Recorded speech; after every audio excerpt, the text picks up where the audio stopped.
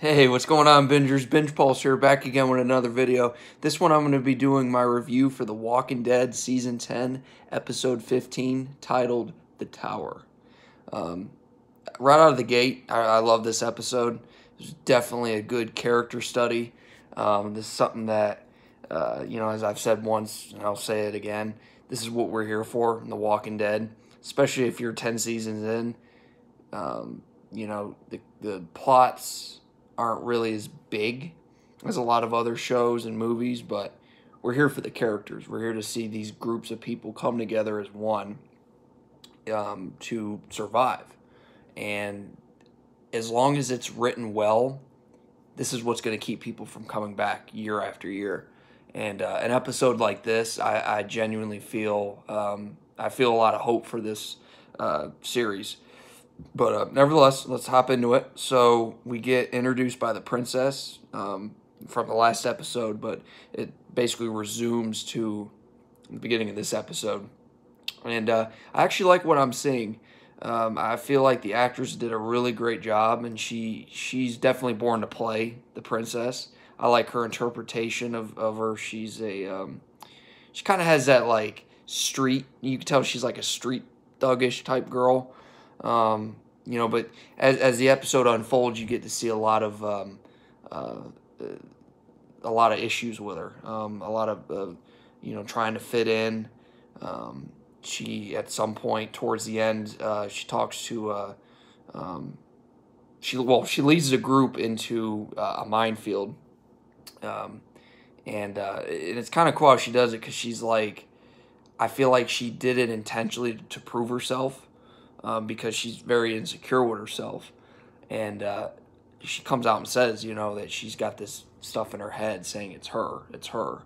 And I thought that was really good. That was a really good way to bring this character in because I feel like the writers knew up front people weren't going to like this girl, especially since they read the comic books.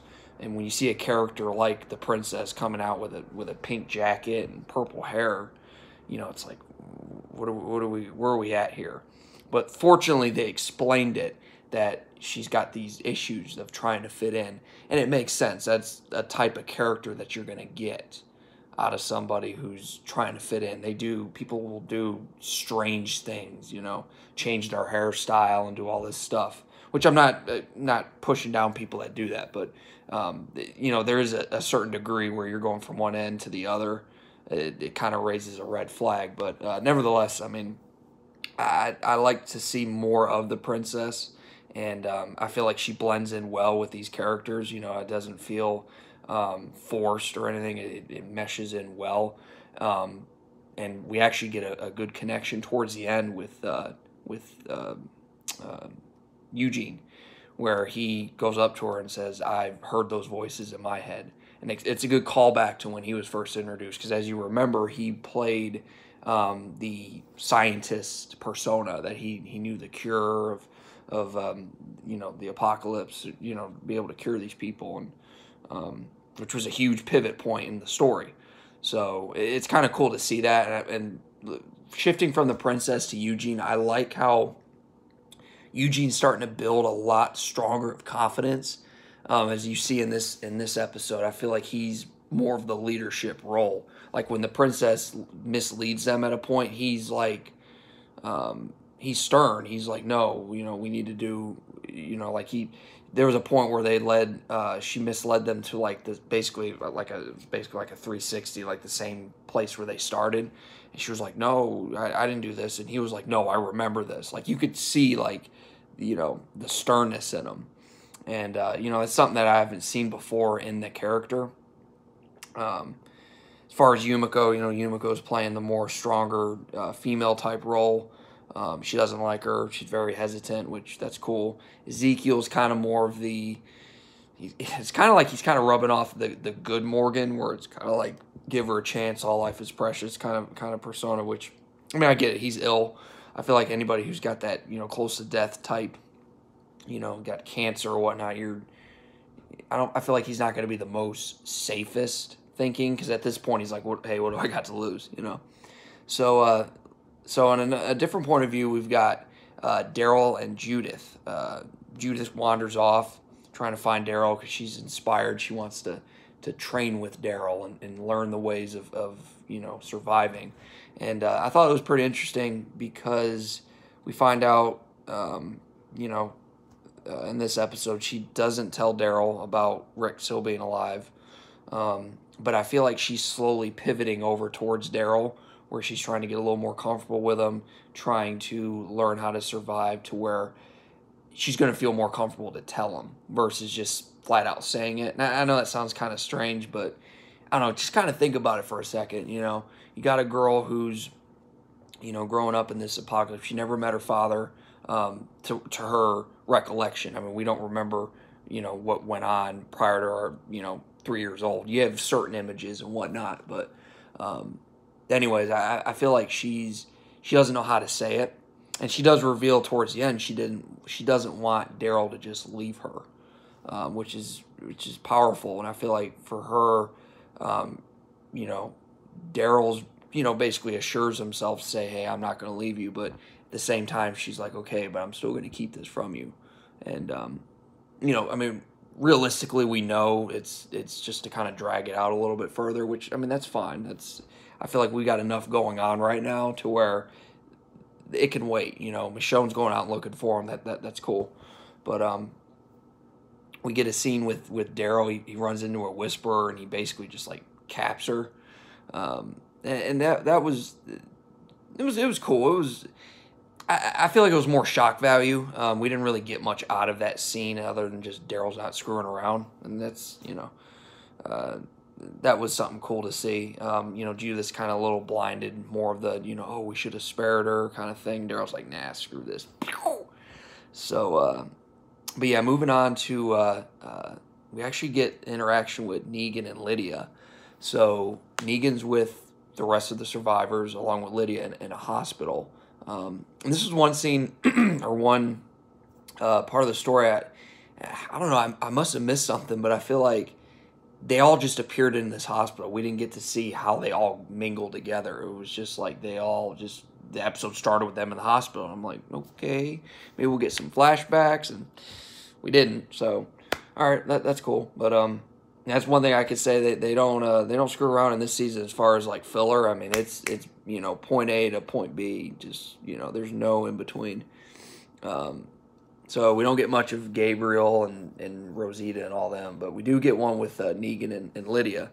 And Negan's basically like, let it out. You got to mourn over her. Like, I know you hated her, but deep down, you loved her. And Lydia starts crying and throwing a fit, and she's hugging Negan and everything. They're like the outsiders of the group, and that's I feel like that Lydia's point in this series is to bring out the good in Negan. And I feel like Judith kind of as well, because he likes kids, and that's the only way we're going to bring out the good in Negan. I mean, dude killed Glenn and Abraham and a few other B-list characters, few previous seasons. So it's still, you can't just say, okay, now he's a good guy. It's going to take seasons. And to be honest with you, I don't think they're fully going to have him be good. And I think season 11 is going to be a lot of him going back and forth with Maggie. She's going to be like, no, you need to put him in some shackles. He doesn't need to be walking around. So that's going to be interesting. But so we get that. We actually get, and I got to look up the girl's name. Carol and the one deaf girl, not Connie, but her other, her sister. I feel like a jerk. I don't know her name. But they interact together. And I really like this scene. Kind of makes the shift towards Carol going dark to actually being normal, because she apologizes for being reckless, and the one girl not being able to see her sister. She lost her sister, and the girl basically tells her like, hey, my superpower is losing my hearing, so everyone else learns sign language. Your superpower is to basically leave and go be a badass. I mean, that's literally like what it boils down to. And that was pretty cool. They have an emotional moment, and I feel like it brings out those two that get better connection. So, all right. So the one of my flaws in this episode was actually the Aaron and Alden stuff. Up front, they were doing the sign language up in the tower. You know, they're basically infiltrating on Beta's compound, but the way they did it just was very. It was retarded. Let's be real here. I mean, you guys are like over 6 years in the apocalypse, and you're just walking with the herd, like just a few feet away. Like the Whisperers are gonna see you. They're gonna be like, "What are you doing?" Like up in the tower, that was cool. They were like hiding. They were doing their sign language. But then it was like they jumped down and they just started following the zombies. And I'm like, okay, Beta's gonna see you, and that's what happened. And then pointing guns at him, they're ready to hone in on him. I mean, the only other plot hole in this episode was the fact he didn't just shoot him down.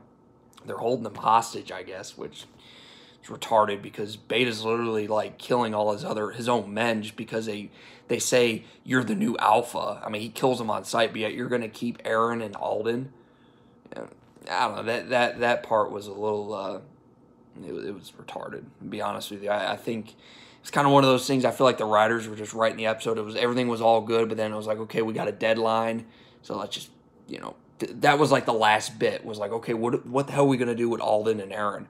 And yeah, just it didn't work for me. But overall, the episode was still very good. I give it a 4 out of 5. It's unfortunate we got to wait. I mean, we don't know how long we're going to be stuck in this epidemic, but I know as soon as they get the green light to start working again, they're going to finish the episode and hopefully air it. So it does end on a cliffhanger. So they weren't expecting this to happen, but nevertheless. All right, guys, tell me what you think of the episode down below. Like and subscribe, and until next time, keep on binging.